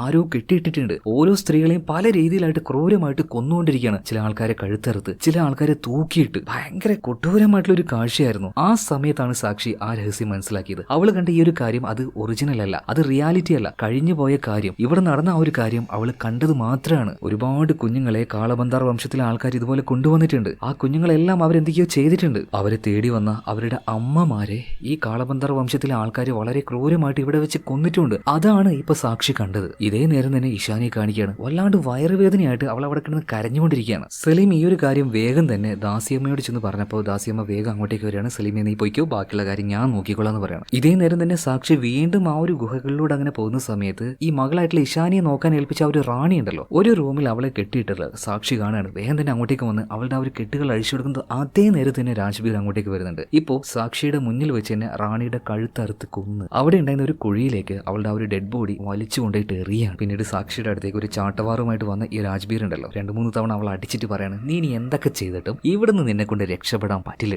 അതേ നേരം തന്നെ അങ്ങോട്ടേക്ക് ദാസിയമ്മ വരികയാണ്. എന്നിട്ട് രാജ്ബീറിനോട് പറയാണ്, നമ്മൾ കാത്തിരുന്ന ആ ഒരു ദിവസം ഇന്നാണ്. അതായത് ചെറിയ പെൺകുട്ടിയായിട്ടുള്ള ഇഷാനിക്ക് പ്രായപൂർത്തിയായിട്ടുണ്ട്. ഇനി ആ ഒരു ദൗത്യം ചെയ്യാൻ അവൾ തയ്യാറാണ്. അവൾ ആ ഒരു ത്യാഗം ചെയ്യും. ഇത് കേട്ട സമയത്ത് നമ്മുടെ സാക്ഷിയാകെ ഞെട്ടിപ്പോവാണ്. നിങ്ങൾ എന്തൊക്കെ എന്റെ മകളെ ചെയ്തത്, അവളെ വെറുതെ വിടുന്നു പറയാണ്. എന്നാൽ ഒന്നും പറയാതെ ദാസിയമ്മ അവിടുന്ന് പോകുന്നുണ്ട്. എന്നാൽ ഇതിനുശേഷം രാജ്ബീർ പറയാണ്, എടി ഇത്രയും വർഷം ഞാൻ കാത്തിരുന്നത് ഈ ഒരു നിമിഷത്തിനായിരുന്നു. ഇനിയിപ്പോ എനിക്ക് എന്ത് വേണമെങ്കിലും നിന്നെ ചെയ്യാം. ഇത് പറഞ്ഞ് ആ ചാട്ടവാറ് കൊണ്ട് സാക്ഷിയെ അടിച്ച് കൊന്നുകളയാണ് ഈ രാജ്ബീർ. ആ ഒരു കാര്യം ഒരിക്കലും എക്സ്പെക്ട് ചെയ്തില്ലായിരുന്നു കേട്ടോ. അതുപോലെ നമ്മുടെ ഇഷാനിക്ക് എങ്ങനെയാണ് പ്രായപൂർത്തിയായത്, അതിനുവേണ്ടി തന്നെയാണ് ദാസിയമ്മ ഒരു കഷായം കൊടുത്തത്. അത് കാരണമാണ് ഇഷാനിക്ക് പ്രായപൂർത്തിയായതും. എന്തായാലും ത്യാഗം ചെയ്യാനായിട്ട് ഇഷാനി തയ്യാറായി കഴിഞ്ഞു. ഈ വിവരം അറിഞ്ഞപാട് അപ്പാജിയും അതുപോലെ തന്നെ ബാക്കിയുള്ള ആൾക്കാരും എല്ലാവരും സന്തോഷത്തിലാണ്. കാരണം അവരുടെ ആ ഒരു ചാത്തൻ പഴയതുപോലെ ആരോഗ്യവാനാകുമ്പോഴാണ് ആ ഒരു എന്താ പറയുക ത്യാഗത്തിലൂടെ, നമ്മുടെ ഇഷാനിയുടെ ത്യാഗത്തിലൂടെ. ഇപ്പൊ ഇഷാനിയുടെ അടുത്തേക്ക് വന്നിട്ട് ദാസിയമ്മ പറയാണ്, നമ്മൾ പെൺകുട്ടികളുണ്ടല്ലോ, ഒരു സമയം ആയിക്കഴിഞ്ഞാൽ ആണുങ്ങൾക്ക് വേണ്ടി ദാസിവേല ചെയ്യണം മോളെ, നിനക്ക് അതിനുള്ള സമയമായിട്ടുണ്ട്. ദാസിയമ്മയെ പോലെ തന്നെ ദാസിയമ്മ പറയുന്ന കാര്യങ്ങൾ നീ അതുപോലെ ചെയ്യില്ലേ എന്ന് ഇഷാനിയോട് പറയുമ്പോൾ ആ പെൺകുട്ടിക്ക് എന്ത് മനസ്സിലാവാൻ, ഒന്നും അറിയാണ്ട് അവൾ അങ്ങനെ ഇരിക്കുന്നുണ്ട് കേട്ടോ. പക്ഷെ എന്തൊക്കെയാ സംഭവിക്കാൻ പോകുന്നുണ്ട് എന്ന് ഇഷാനിക്ക് മനസ്സിലായി. ഇതേ സമയം തന്നെ മരിച്ചു കിടക്കുന്ന സാക്ഷിയെ കാണിക്കുകയാണ്. എന്നാൽ നമ്മൾ എല്ലാവരും വിചാരിച്ചതുപോലെ സാക്ഷി മരണപ്പെട്ടിട്ടില്ല. അവളുടെ ഉള്ളിൽ ഇപ്പോഴും ചെറിയൊരു ജീവന്റെ തുടിപ്പ് ബാക്കിയുണ്ട്. ആ ജീവനും വെച്ച് സാക്ഷി ഇപ്പോൾ ഇഷാനി എന്ന് വിളിച്ചുകൊണ്ട് പതിയെ പുറത്തേക്ക് വരികയാണ്. എന്നാൽ ആ ഒരു കിണറിന്റെ ഭാഗത്തേക്കാണ് അവൾ എത്തിയത്. അവൾക്ക് പിടുത്തം കിട്ടിയില്ല, താഴേക്ക് തെന്നി വീഴുകയാണ്. പെട്ടെന്ന് ആ കിണറിന്റെ അടിഭാഗത്തേക്ക് അവൾ എത്തി. ആ നേരം അത് വരണ്ട് കിടക്കുകയായിരുന്നു. എന്നാൽ നമ്മുടെ സാക്ഷി നിലത്തേക്ക് വീണ് കഴിഞ്ഞപ്പോൾ അവിടെ ആകെ വെള്ളം നിറയാണ്. പതിയെ വെള്ളത്തിൽ അവൾ പൊങ്ങി ഉയരുന്നുണ്ട്. പെട്ടെന്ന് തന്നെ സാക്ഷിയുടെ പോയ ബോധം തിരിച്ച് അവൾക്ക് കിട്ടുകയാണ്. അതുപോലെ ആ ഒരു വെള്ളത്തിന്റെ അടിഭാഗത്ത് ഇപ്പൊ മരിച്ചുപോയ റാണി, അതുപോലെ ഒരുപാട് കുഞ്ഞുങ്ങളുടെ അമ്മമാർ ഇവിടെ വെച്ച് മരിച്ചിട്ടുണ്ട്. അവരുടെ എല്ലാവരുടെയും ആത്മാവിനെ സാക്ഷിക്ക് കാണാൻ കഴിഞ്ഞു. എല്ലാവരും പൊന്തി വരികയാണ്. അതിലൊരാൾ അവളുടെ തലയിൽ കൈ വെക്കുന്നുണ്ട്. അതിനുശേഷം അവൾ വല്ലാണ്ട് കിടന്ന് വിറച്ചുകൊണ്ടിരിക്കുകയാണ്. പിന്നീട് കാണിക്കുന്നത് അപ്പാജി അതുപോലെ തന്നെ രാജ്ബീറിനെയാണ്. അപ്പൊ അപ്പാജി രാജ്ബീറിനോട് പറയണം, നിന്റെ ഭാര്യ സാക്ഷിയോടെ അവൾ എന്തായാലും ബലി കൊടുക്കാനായിട്ട് തയ്യാറാക്കുന്ന പറഞ്ഞപ്പോൾ ഇപ്പൊ രാജ്ബീർ പറയണം, അതിന്റെ ആവശ്യമൊന്നുമില്ല, അവളെ ഞാൻ നേരത്തെ തല്ലി കൊന്നുകളഞ്ഞു. ഇത് കേട്ടപ്പോൾ അപ്പാജിക്ക് ഭയങ്കരമായിട്ട് ദേഷ്യം വരികയാണ്. എടാ നീ എന്ത് വിഡിത്തരയി കാണിച്ചത്, അവളെ ബലി കൊടുക്കാൻ പറഞ്ഞത് അത് ചാത്തിന് വേണ്ടിയിട്ടൊന്നുമല്ല, അത് മറ്റൊരു കാര്യത്തിന് വേണ്ടിയിട്ടാ.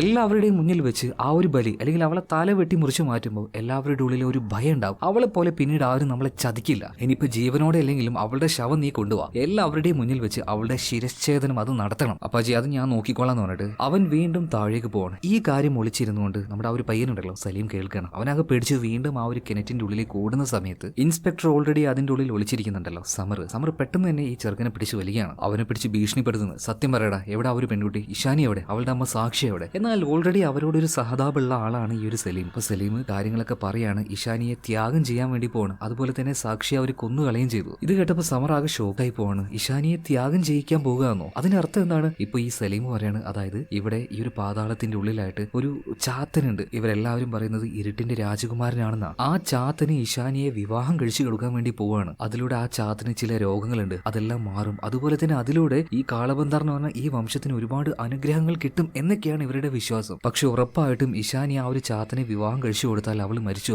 അതെന്തുകൊണ്ടാണെന്ന് സമർ ചോദിച്ചപ്പോൾ ഇതിനു മുന്നേ ഒരുപാട് പെൺകുട്ടികളെ ഇതുപോലെ ആ ഒരു ചാത്തിന് വേണ്ടി വിവാഹം വിവാഹം കഴിച്ചു കൊടുത്തു. അവരെല്ലാവരും മരിച്ചുപോയി. ഞാൻ കണ്ടതാ അത്. അപ്പൊ എത്രയും പെട്ടെന്ന് തന്നെ ഈ നടക്കാൻ പോകുന്ന ചടങ്ങിനെ അതിനെ തടുത്തേ മതിയാവുള്ളൂ. അതായത് ഇഷാനി ചെയ്യാൻ പോകുന്ന ആ ഒരു ത്യാഗം, ആ ഒരു ചാത്തിനെ അവള് വിവാഹം കഴിച്ചു കഴിഞ്ഞാൽ ഉടനെ തന്നെ അവള് മരിച്ചു പോകും. എന്തോ ഒന്ന് അതിന്റെ ഉള്ളിൽ നടക്കുന്നുണ്ട്. എന്തായാലും അടുത്ത സീനിൽ കാണിക്കുന്നത് ഇഷാനിയെ നല്ല മണവാട്ടിയെ പോലെ അണിയിച്ചൊരുക്കിയിട്ട് ഒരു സ്ഥലത്തേക്ക് കൊണ്ടുപോവാണ്. പിന്നീട് ഒരു പല്ലക്കിനരികിലേക്ക് ഇഷാനിയെ കൊണ്ടുവരികയാണ്. എന്നിട്ട് അതിനുള്ളിലേക്ക് കയറാൻ വേണ്ടി ദാസിയമ്മ പറയുന്നുണ്ട്. അപ്പൊ ഇഷാനി പറയുന്നത്, ദാസിയമ്മ എനിക്ക് അതിലേക്ക് കയറാൻ പറ്റില്ല, കാരണം അതിനുള്ളിൽ ഇപ്പോഴും 3 പെൺകുട്ടികൾ ഇരിക്കുന്നുണ്ട്. എന്നാൽ ദാസിയമ്മ നോക്കുമ്പോൾ ഒന്നും കാണുന്നില്ല, കാരണം ഇതിനു മുന്നേ മരിച്ചുപോയ 3 പെൺകുട്ടികളുടെ ആത്മാവാണത്. കുഴപ്പമൊന്നുമില്ല മോളെ, നീ അതിന്റെ ഉള്ളിൽ കയറി എന്ന് പറഞ്ഞിട്ട് ഇഷാനിയെ ആ പല്ലക്കിലേക്ക് കയറ്റിയിരുത്തുകയാണ്. ഇതേ നേരം തന്നെ സലീം എന്ന ആ ഒരു പയ്യനോട് സമർ ഒരു കാര്യം ചോദിക്കുന്നുണ്ട്. അതല്ല, ഈ ചാത്തിന് വേണ്ടിയിട്ട് ഇഷാനിയെ കല്യാണം കഴിച്ചു കൊടുത്തു, എന്നിട്ട് അവര് വിചാരിക്കുന്ന പോലെ അവള് മരിക്കാതിരുന്നാൽ പിന്നീട് എന്ത് സംഭവിക്കുന്നു ചോദിച്ചപ്പോൾ ഈ സലീം പറയാണ്, ഇഷാനി പിന്നീട് വളർന്ന് വലുതാകുമ്പോൾ ദാസിയമ്മയുണ്ടല്ലോ അവരെ പോലെ തന്നെയാവും. അതായത് കാലാകാലം ഈ ഒരു ഗുഹയുടെ ഉള്ളിൽ തന്നെ പുറത്തേക്ക് പോകാൻ പറ്റാത്ത രീതിയിലായിട്ട് ആ ഒരു ചെകുത്താന് വേണ്ടി ദാസി വേല ചെയ്തുകൊണ്ടേയിരിക്കണം. എന്നിട്ട് ഇഷാനിയുടെ ആ ഒരു കാലവും കഴിയാനാകുമ്പോൾ അവൾ മറ്റൊരു പെൺകുട്ടിയെ കൊണ്ടുവരും. ഇതിങ്ങനെ ചെയ്തുകൊണ്ടേയിരിക്കണം. അതായത് ഇത് എത്രയോ വർഷങ്ങളായിട്ട് നടക്കുന്ന ഒരു കാര്യമാണ്. ഇതിനെ നിർത്തലാക്കണം എന്ന് തന്നെ സമർ തീരുമാനിക്കുകയാണ്. അതിനാദ്യം ചെയ്യേണ്ടത് ഇഷാനിയെ കണ്ടുപിടിക്കണം, അവളെ രക്ഷപ്പെടുത്തണം. എന്തായാലും ഇതിന് ശേഷം കാണിക്കുന്നത് ആ ഒരു ചടങ്ങാണ്. ആ ചടങ്ങ് നടക്കുന്ന സമയത്ത് അതിന്റെ ആ ഒരു മുകൾ ഭാഗത്തെ എല്ലാ കാഴ്ചകളും നമ്മളെ കാണിക്കുന്നുണ്ട്. അപ്പോഴാണ് കരിമ്പിൻ തോട്ടത്തിലെ മറ്റൊരു കാര്യം നമ്മളെ കാണിക്കുന്നത്. നമ്മൾ വിചാരിച്ചതുപോലെ ഈ തോട്ടത്തിൽ ഒരു കിണറല്ല, അതായത് ഈ ഭൂമിക്കടിയിലേക്ക് പോകാനായിട്ട് ഒരു വഴിയല്ല, അതുപോലെ ഒരുപാട് കിണറുകളുണ്ട്. അതിലൊരു കിണറിലാണ് ബോധമില്ലാതെ അതിന്റെ ആ ഒരു പടിയിൽ നമ്മുടെ സാക്ഷി ഇപ്പൊ കിടക്കുന്നത്. അവളെ തേടി അങ്ങോട്ടേക്ക് വന്ന രാജ്ബീർ ബോധമില്ലാതെ കിടക്കുന്ന സാക്ഷിയെ കാണാണ്. ആഹാ, നീ ഇവിടെ എത്തിയല്ലേ, ഇപ്പൊ ശരിയാക്കി തരാന്ന് പറഞ്ഞിട്ട് അവളുടെ കൈയും കാലും കെട്ടി വലിച്ചു കൊണ്ടുവന്ന് നോക്കുമ്പോൾ വലിക്കാൻ പറ്റുന്നില്ല. നോക്കുമ്പോ എന്താ, നല്ല ശക്തിയായിട്ട് തന്നെ സാക്ഷി ആ കയർ പിടിച്ചു നിൽക്കുകയാണ്. കാരണം എന്താ, ഒരുപാട് അമ്മമാരുടെ ആത്മാവ് അവളുടെ ഉള്ളിലേക്ക് കയറി, ആ ശക്തി അവളുടെ ഉള്ളിലുണ്ട്. ആ കയറ് പിടിച്ച് അവളൊരു വലിക്കുകയാണ്. അവൻ താഴേക്ക് വീണു. അപ്പൊ ആ ഒരു ദേഷ്യത്തിൽ, ഓഹോ നീ എന്നെ വലിച്ചിടാൻ മാത്രമായല്ലേ, ഇതും പറഞ്ഞ് അവളെ ചവിട്ടാൻ നോക്കിയപ്പോ ആ കാല് പിടിച്ച് ഒരു പിരിക്കലാണ് കേട്ടോ. ഈ എന്താ പറയാ, തോർത്തെല്ലാം പിരിക്കില്ലേ, അതുപോലെ പിരിച്ചെടുക്കുകയാണ്. എന്നിട്ടൊരു 2-3 മിനിറ്റ് കേട്ടോ അവൻ അവിടെ ഇട്ട് ടോർച്ചർ ചെയ്യാണ്. എങ്ങനെയാണോ സാക്ഷി ആ ഒരു ചാട്ടവാറ് വെച്ചത് അത് വെച്ച് ആട്ടിച്ച് എന്താണ് വേദന എന്ന് അറിയിച്ച് അവനെ കൊല്ലുന്നുണ്ട്. മാത്രമല്ല ഈ ഒരു കാര്യം ചെയ്യുന്നത് സാക്ഷി ഒറ്റയ്ക്കല്ല, അവളുടെ ഉള്ളിൽ ഇതുപോലെ മകള് നഷ്ടപ്പെട്ട ഒരുപാട് അമ്മമാരുടെ ആത്മാവുണ്ട്, ആ വേദന കൂടിയുണ്ട്. അതായത് ഈ സിനിമ കാണുന്നവർക്ക് ഏറ്റവും കൂടുതൽ ദേഷ്യം തോന്നുന്ന ഒരു കഥാപാത്രമാണ് രാജ്ബീർ. സ്ത്രീകളോട് ഏറ്റവും മോശമായിട്ട് എങ്ങനെ പെരുമാറാൻ പറ്റും അതിന്റെ ഒരു ഉത്തമ ഉദാഹരണം എന്ന് പറയാം. എന്തായാലും ആ അമ്മമാരുടെ ആത്മാവ് മുഴുവനും അവരുടെ ആ ഒരു ദേഷ്യം രാജ്ബീറിന്റെ ദേഹത്ത് തീർക്കുന്നുണ്ട്. അവസാനം ഉണ്ടല്ലോ സാക്ഷി ഒരു കയറിൽ അവനെ കെട്ടിത്തൂക്കി താഴേക്ക് ഒരൊറ്റ ഏറാണ്, കഴുത്ത് പൊട്ടി അവിടെ തന്നെ തൂങ്ങി ചത്ത് കെടുക്കുകയാണ്. അതുപോലെ തന്നെ അവളെ ഈ ഗുഹയുടെ പല ഭാഗത്തൂടെ ഏതോ ഒരു ശക്തി നയിക്കുന്നുണ്ട് എന്ന് ഇടയ്ക്കിടയ്ക്ക് നമ്മൾ പറഞ്ഞായിരുന്നല്ലോ, അത് ഈ ആത്മാക്കൾ തന്നെയാണ്. അതുപോലെ ഇവിടെ കെട്ടിവെച്ചിരിക്കുന്ന ഓരോ ചരടുകൾ എല്ലാം മാന്ത്രിക ചരടുകളാണ്. ഈ ആത്മാക്കൾ ഒരിക്കലും ഒരു പരിധി വിട്ട് പുറത്തേക്ക് പോകാനും അവരുടെ ആ ഒരു ശക്തി വർക്ക് ചെയ്യാതിരിക്കാനുമായിരുന്നു അതൊക്കെ. എന്തായാലും ഇപ്പൊ ആ ഒരു കിണറ് വിട്ട് സാക്ഷി പുറത്തേക്ക് വരികയാണ്. ആ നേരത്തെ അവളുടെ ഉള്ളിൽ ആ ആത്മാക്കളൊന്നും ഇല്ലാട്ടോ. ഇതേ നേരം തന്നെ ഇഷാനിയെ തേടി വരുന്ന സലീമും അതുപോലെ തന്നെ സമറും കുഴിയിൽ നിന്നും, അതായത് കിണറിൽ നിന്നും പുറത്തേക്ക് വരുന്ന സാക്ഷിയെ കാണുകയാണ്. സമറിന് ഇത് കണ്ടപ്പോൾ തന്നെ ഭയങ്കരമായിട്ട് സന്തോഷമായി. ഈ സമയത്ത്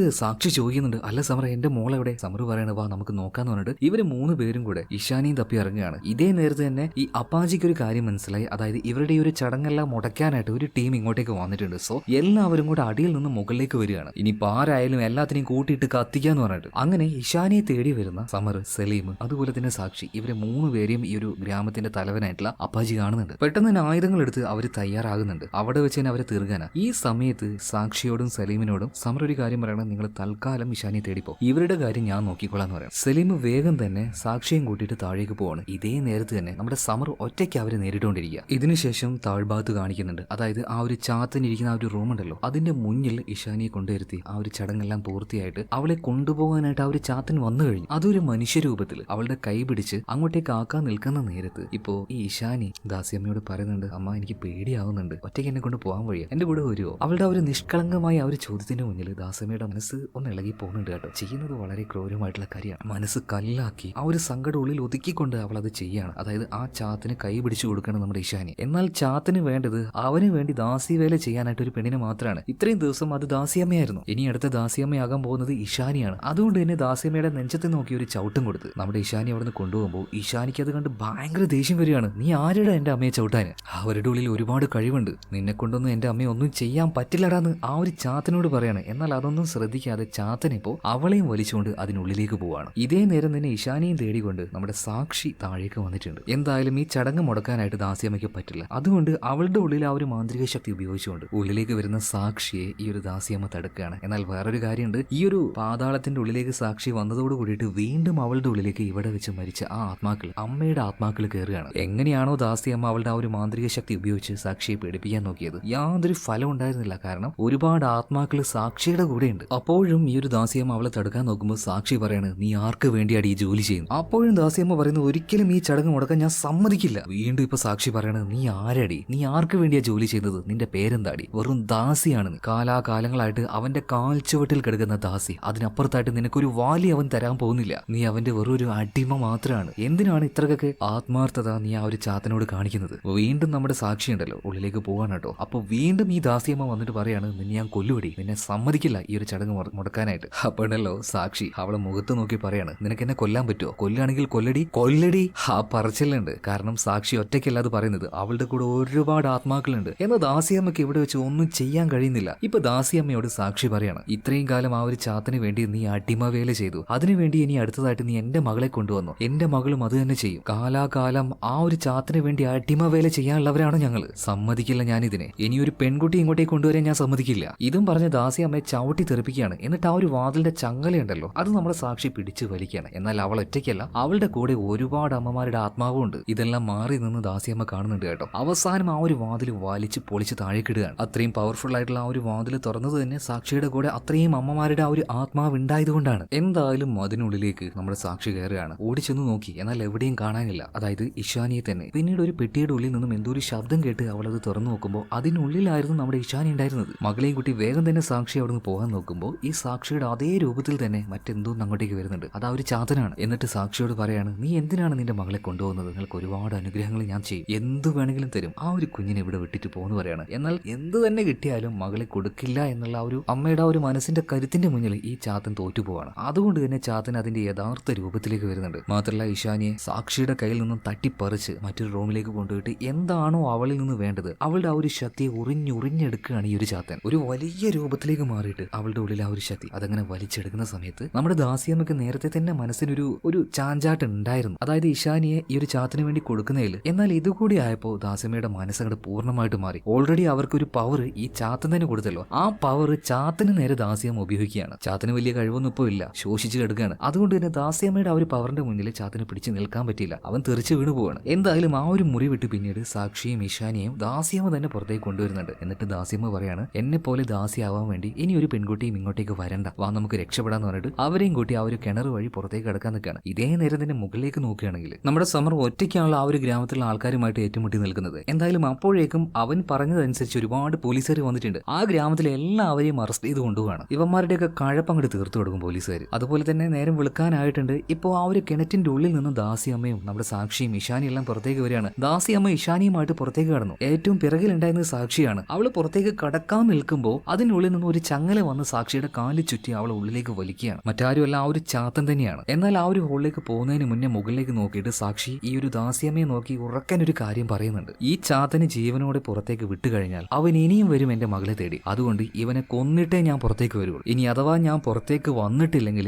ഇഷാനി, ദാസിയമ്മ നിങ്ങൾ നോക്കില്ലേ, എനിക്ക് നിങ്ങളെ വിശ്വാസമുണ്ട്. ഇതും പറഞ്ഞ് നമ്മുടെ സാക്ഷി എന്താക്കി അതിനുള്ളിലേക്ക് അങ്ങ് പോവാണ്. അതായത് ആ ഒരു ചാത്തനെ കൊന്നിട്ടേ ഇനി അവൾ തിരിച്ചു വരുള്ളൂ. ഇത് കാണിച്ചുകൊണ്ട് സിനിമ ഇവിടെ തീരുകയാണ്. മിക്കവാറും ഇതിനൊരു മൂന്നാം ഭാഗം കൂടി ഉണ്ടാവും. കാരണം എന്താണ് ആ ഒരു ചാത്തൻ, അവൻ എന്തിനു വേണ്ടിയായി ചെയ്യുന്നത്? ഈ ചാത്തനെ കുറിച്ചുള്ള കൂടുതൽ കാര്യങ്ങളൊന്നും നമുക്ക് ഇന്ന് മനസ്സിലായിട്ടില്ല. ചിലപ്പോൾ മൂന്നാം ഭാഗത്തിലൂടെ അത് നമുക്ക് മനസ്സിലാകുമായിരിക്കും. അപ്പൊ എന്തായാലും കഥ ഇഷ്ടമായില്ലേ? ഇഷ്ടമായ നമ്മുടെ വീഡിയോ ലൈക്ക് ചെയ്യുക, ചാനൽ ഒന്ന് സബ്സ്ക്രൈബ് ചെയ്യുക. അപ്പൊ അടുത്ത വീഡിയോയിൽ വീണ്ടും കാണാം. Okay, by.